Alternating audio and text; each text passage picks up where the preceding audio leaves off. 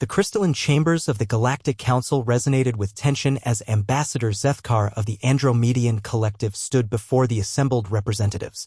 His 6 eyes gleamed with urgency as he addressed the council members, their various forms ranging from gaseous entities to silicon-based life forms that resembled living mountains.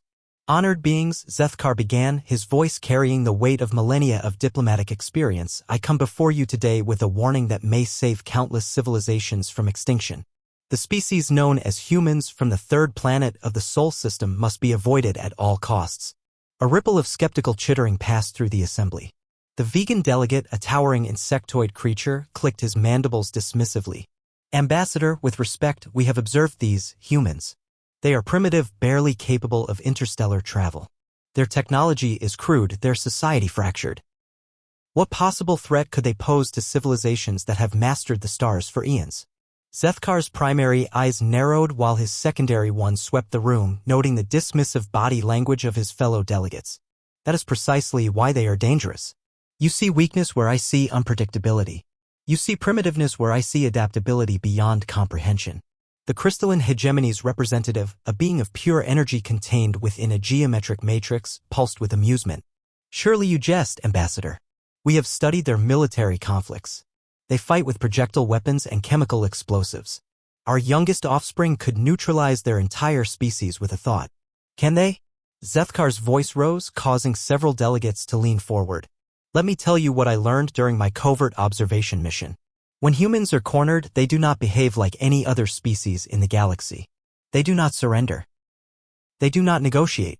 They become something else entirely. He activated a holographic display showing images from human history. Observe, a human settlement under siege. Their supplies exhausted, their weapons depleted, facing certain death. Do they surrender? No. They fashion weapons from farming tools. They create explosives from household chemicals. They turn their own dwellings into death traps.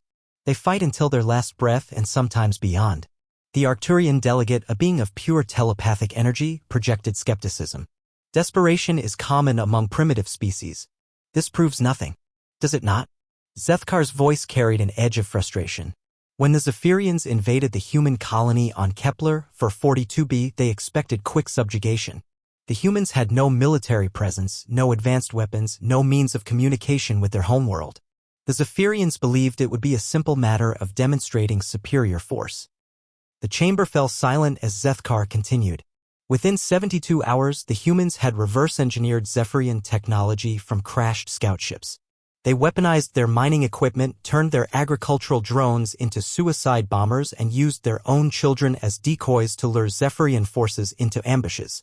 The Zephyrians, despite their technological superiority, were forced to retreat. A murmur of unease rippled through the assembly. The vegan delegate clicked his mandibles nervously. Surely this is an isolated incident? Is it? Zethkar's 6 eyes blazed with intensity.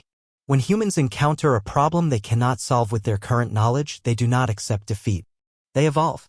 Not biologically, that would take millennia, but intellectually, culturally, technologically. They adapt within a single generation what takes most species centuries to achieve. He gestured to another holographic display. They have a saying. Necessity is the mother of invention. When they needed to travel faster, they built machines.